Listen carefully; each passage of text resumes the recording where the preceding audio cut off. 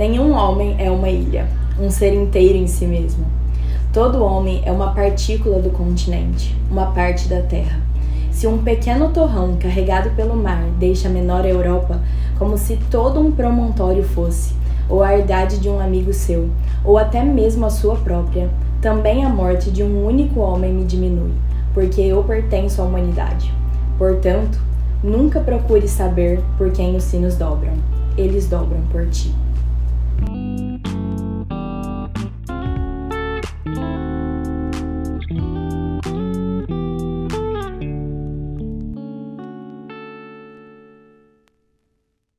E aí, pessoal, eu sou a Lívia do Cabeceira e para dar sequência no mês da literatura americana, eu venho conversar com vocês hoje sobre essa obra de arte de Ernest Hemingway, Por Quem os Sinos Dobram. Bom, esse livro foi publicado em 1940, durante o período, aliás, um pouquinho após o período da Guerra Civil Espanhola, e ele trata exatamente disso. O livro vai contar a história, então, de um cara chamado Robert Jordan, que era um especialista em explosivos, que foi enviado para a Espanha com a finalidade de destruir uma ponte. Esse era o objetivo dele ali. Ele precisava destruir uma ponte, que era um passo importante aí para dar prosseguimento na guerra. E, na verdade, o livro vai abordar principalmente a parte das guerrilhas, né? Então, das pequenas guerras ali que ocorriam dentro dessa grande guerra que foi a Guerra Civil Espanhola. E, na verdade, o poema que eu li no começo, na abertura do vídeo, que é um poema de John Donne, fala exatamente sobre isso, né? Porque ele fala sobre como a morte de um homem pode diminuir a mim mesmo, né? A morte de uma outra pessoa pode diminuir a mim. E a Guerra Civil é justamente isso, né? Porque quando a gente fala de Guerra Civil, a gente tá falando de uma guerra entre irmãos. Então, a gente tá falando de uma guerra em que o tempo todo morrem pessoas que você conhece, pessoas que viveram com você, né? E o livro é, em grande parte, muito sentimental por causa disso. E uma coisa que eu achei muito impressionante, que eu tava até comentando aqui com o pessoal, é que, gente, esse livro tem praticamente 700 páginas, mas ele se passa em um período de apenas 3 dias. E você, na verdade, não tem impressão que esse livro se passa em um período tão curto. Na verdade, parece que passaram-se meses em que tudo isso aconteceu. Não pelo livro ser tedioso ou nada do tipo, de forma alguma. Na verdade, o livro é deveras interessante. Mas porque acontece muita coisa. Parece que eles estão num microcosmo ali que muita coisa acontece em um período muito curto de tempo. E é exatamente esse o cenário em que vai se passar a história de Por Quem os Sinos Dobram. A escrita de Hemingway é caracterizada por ser uma escrita muito concisa, muito prática, muito objetiva. E, na verdade, acho que é por isso que eu gosto tanto dos livros dele. Inclusive, esse aqui foi uma adição aí à minha longa, extensa coleção que eu já tenho de Hemingway e não me decepcionou definitivamente. Mais um aí pra me surpreender. E já falando um pouco da minha experiência com a leitura desse livro, como eu disse, ele tem 700 páginas, então é um calhamacinho, né? Pelo menos um calhamacinho. E ele é um livro muito longo, mas é um livro que você nem sente passar. Ele é muito rápido porque ele é lotado de diálogos que fazem parte aí do estilo de Hemingway, né? Hemingway sempre coloca muitos diálogos nos seus livros, a partir dos quais ele manifesta aí as características, o caráter de cada um dos personagens. Então não são diálogos vazios, às vezes podem até parecer de início, mas eles não são diálogos vazios, é a partir dessas conversas que você vai percebendo aí a construção dos personagens. Além disso, a escrita de Hemingway é caracterizada por ser uma escrita muito minimalista, né? Ela é zero floreada, então ele não coloca muitos adjetivos, ele é extremamente prático. Isso também faz com que você leia o livro com muita fluidez. E se você quiser saber um pouquinho mais sobre isso, recomendo que você leia ou veja o vídeo que eu resenhei, Paris é uma Festa, que tá aqui no card, que é um livro que Hemingway comenta sobre a sua história, né? Então ele fala muito sobre como que ele desenvolvia os seus livros e tudo mais. É bem legal também pra você ter uma ideia melhor sobre o processo de desenvolvimento da escrita do autor. Bom, então entrando um pouco mais na história, como eu disse, o livro se passa durante a Guerra Civil Espanhola, que aconteceu aí entre 1936 e 1939, logo antes da Segunda Guerra Mundial. E na verdade, a Guerra Civil foi meio que aquecendo os motores para a Segunda Guerra Mundial. Então, esse jovem, um jovem americano, o Robert Jordan, ele vai ser enviado para a Espanha se juntar com algumas guerrilhas que lutavam contra os fascistas da época. E eu acho importante nesse momento eu parar um pouco a história para dar para vocês um pouquinho de contextualização histórica do que foi a Guerra Civil Espanhola, porque contando aqui sobre como eu comecei a ler esse livro, gente, eu não fazia ideia do que tinha sido a Guerra Civil Espanhola. Eu saí da escola faz vários anos, eu nem lembro se eu estudei isso na escola, provavelmente sim, mas eu não lembrava de absolutamente nada que tinha acontecido nessa guerra e eu fiquei um pouco perdida no início, eu não tava entendendo quem que tava de qual lado ali da história. Então, pra vocês que vão ler, acho importante dar um pouquinho de contexto aqui do que tava acontecendo ali. A Espanha, nas décadas que antecederam a guerra, tava passando por uma série de crises políticas, sociais, econômicas, enfim. E no ano de 1936, o general Franco deu um golpe militar e tomou posse da república que havia sido instaurada ali. E esse golpe, então, deu início à Guerra Civil. Os dois lados dessa guerra, portanto, eram, de um lado, uma milícia apoiada pela República, que governava antes,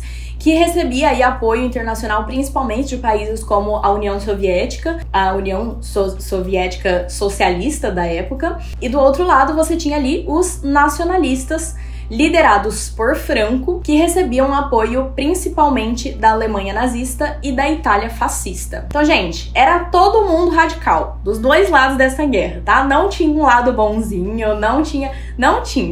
Os personagens desse livro estão lutando ao lado da República, contra o fascismo. Então, inclusive, o fascismo é utilizado como xingamento aqui, né? Algo que a gente, inclusive, vê acontecer muito hoje em dia, mas na época era realmente real, né? Eles utilizavam isso realmente aos fascistas, mas inclusive como forma de xingamento, porque eles tinham uma aversão enorme àquele povo do outro lado. E agora, voltando então à história, o Robert Jordan precisava destruir uma ponte que possibilitaria o avanço do exército republicano. Então, ele recebeu ali uma ordem de um dos comandantes do exército republicano para que ele fosse para a Espanha e explodisse essa ponte, possibilitando então o avanço do exército republicano, para que aquilo desse então prosseguimento à guerra. Só que obviamente que o Robert Jordan não conseguiria explodir uma ponte sozinho, né? Era um trabalho que exigia ali alguns tipos de cuidado, até porque precisava fazer em um momento específico, era um trabalho para ser feito durante o dia, então ele precisava ali de ajuda.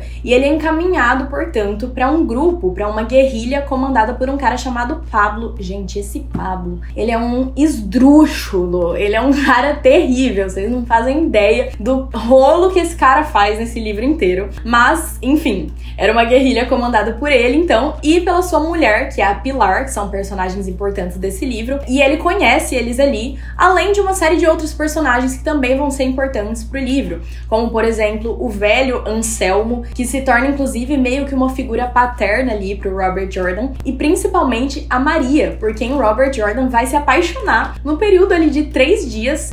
Gente, mas ele vai se apaixonar num nível, assim, que eles vão planejar um futuro juntos. Vocês não fazem ideia do quão rápido as coisas acontecem ali. E tudo isso acontece ao mesmo tempo. Então, enquanto o Robert Jordan estava planejando ali, fazendo os planos pra explodir a ponte, e esse momento, inclusive, parece que nunca vai chegar, não vou dizer pra vocês se chega ou não, porque aí vocês vão ter que ler o livro. Mas você tá lendo o livro, gente, parece que essa explosão dessa ponte nunca vai chegar. Mas enquanto ele tava planejando isso, ele, ao mesmo tempo, tem que lidar com uma série de outras questões que estão acontecendo ali entre esse grupo, onde ele tá, onde ele foi acolhido ali, pra que eles juntos pudessem fazer esse avanço aí de destruir a ponte. E ele tem que lidar, então, com a paixão dele por Maria, que obviamente geram algum tipo de preocupação ali nele. Ele tem que lidar com um dos personagens, que eu não vou dizer quem é, vocês também vão ter que ler pra descobrir, mas um desses personagens, gente, que gera muitas preocupações nesse grupo, porque ele vai fazer uma traição dolorosa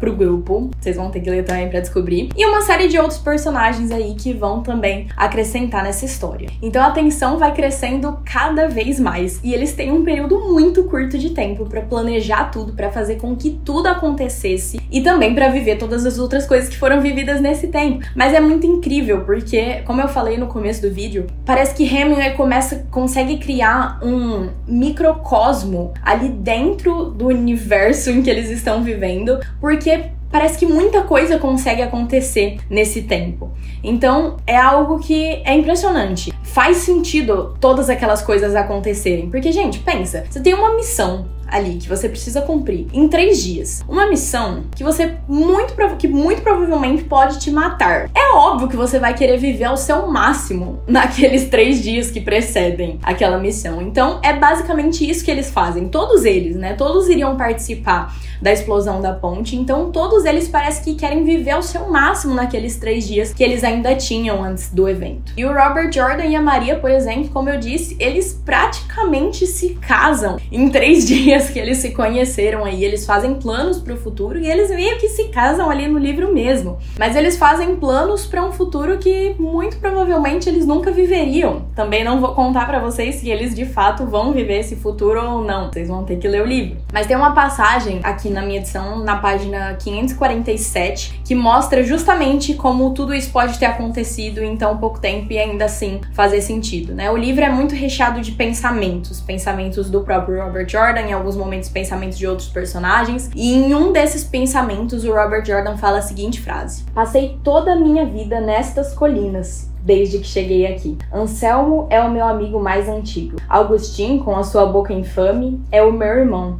e eu nunca tive um irmão. Maria é o meu verdadeiro amor e minha esposa. Nunca tive um verdadeiro amor. Nunca tive uma esposa. Detesto deixar uma coisa que é tão boa." Então ele de fato forma relações muito fortes com as pessoas que estão ali. Mesmo com as pessoas com quem ele mais tem problemas ali dentro desse grupo, ele forma relações muito fortes. Ele se força a confiar em algumas pessoas daquele grupo, em quem normalmente ele não confiaria, porque ele precisa da ajuda daquelas pessoas, mas aí ele acaba estreitando laços realmente e confiando não apenas porque ele precisava da ajuda daquelas pessoas. Vocês conseguem entender? Mas, enfim, as coisas tomam um outro rumo aí, na medida em que esses 3 dias, que parecem mais meses, vão avançando. O Anselmo, por exemplo, é um personagem que, como eu mencionei, né, ele é um velhinho que vai ajudar também ali, que é quem vai apresentar todo o restante das pessoas pro Robert Jordan.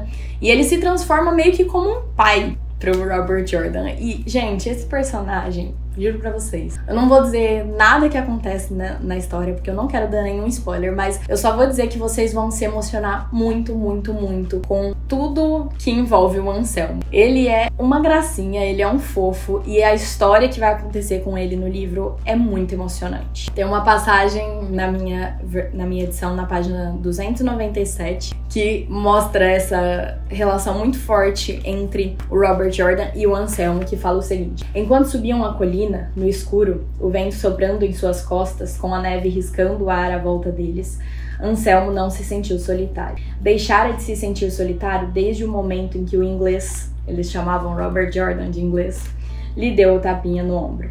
O inglês estava satisfeito e alegre, e os dois faziam piadas. O inglês disse que estava tudo bem e que não estava preocupado." Então, é uma relação muito boa a que eles têm, né? Diferente dos outros personagens, parece que em nenhum momento eles têm nenhum tipo de problema, eles têm nenhum tipo de conflito. Eles se dão muito bem, né? Parece que as almas se encontram ali. E é lindo ver tudo que eles conseguem fazer juntos, tudo que eles conseguem construir juntos. É linda a relação entre eles, e a história do Anselmo, como eu falei, também é linda. E o Robert Jordan é um cara que parece que antes dele chegar pra essa missão, o livro começa com ele já na Espanha, mas tem alguns flashbacks, né? E isso é uma coisa também do estilo da escrita de Hemingway. Em vários momentos, ele vai e volta. Ele volta pra anos atrás, aí ele volta pra um pouco antes, quando ele tava recebendo a missão. E, gente, de verdade, pra um escritor conseguir fazer isso e manter a atenção do leitor e não se tornar algo perdido ou então entediante, o escritor tem que ser muito bom. E Hemingway faz isso com maestria. Ele é simplesmente fenomenal no que ele faz. E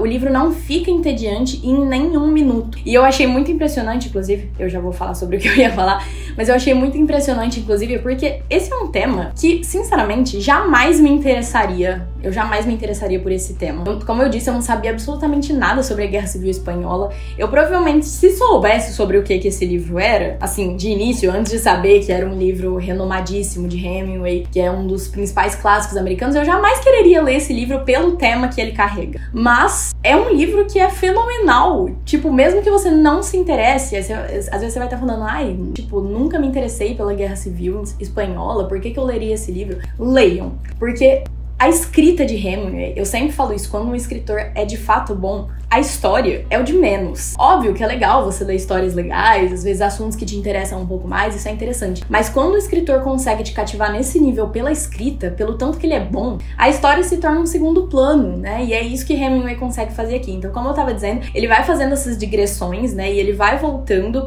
pra outros momentos. E eu percebo que antes do Robert Jordan chegar na missão, chegar na Espanha, ele era um cara muito prático. Então, ele era um cara que não tava nem aí pra mais nada, ele iria chegar lá, iria cumprir a missão, iria voltar e pronto, e fez o que ele tem que fazer. Mas você percebe que conforme ele foi conhecendo esses outros personagens, conforme ele foi conhecendo esses outros membros do grupo, ele foi se apegando muito a essas pessoas. Então você vê em vários momentos ele falando, ele pensando, né, nesses diálogos entre si mesmo ali, com os próprios pensamentos. Ele pensando, será que eu devo fazer? Será que eu não devo fazer? Eu vou estar colocando a vida de todas essas pessoas em risco. Ele não se preocupa só com a Maria, que obviamente era o motivo maior das preocupações dele, mas ele se preocupa com todos eles, né?